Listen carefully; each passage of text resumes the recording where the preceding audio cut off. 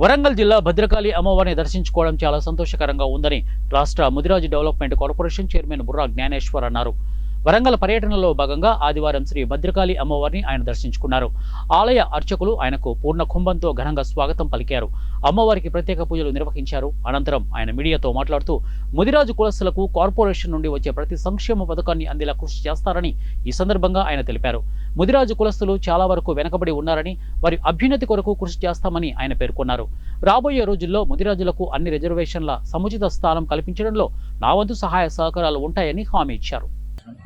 మొదటిసారిగా తెలంగాణ రాష్ట్రంలో ముదిరాజ్ కార్పొరేషన్ ఏర్పాటు చేసిన తర్వాత మొట్టమొదటిసారిగా అమ్మవారి దర్శనం చేసుకుని ఆయనకు రావడం జరిగింది.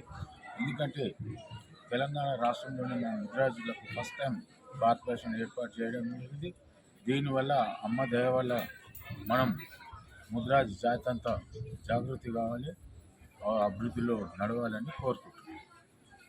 ముదిరాజు జర్నలిస్ట్ కానివ్వండి, అదేవిధంగా మన ముదిరాజు కులంలో ప్రతి ఒక్కరిని కూడా మా కార్పొరేషన్ నుంచి ఏవైతే ఫండ్స్ వస్తాయో దాన్ని కూడా ప్రతి ఒక్కరికి చేరే విధంగా ప్రయత్నం చేస్తాం. అదేవిధంగా ముదిరాజు జర్నలిస్ట్ సోదరులు కూడా మేము త్వరలోనే ఒక సమావేశం ఏర్పాటు అయ్యింది. మొన్ననే ఉండే కొన్ని అనివార్య కారణాలతో వాయిదా పడ్డది.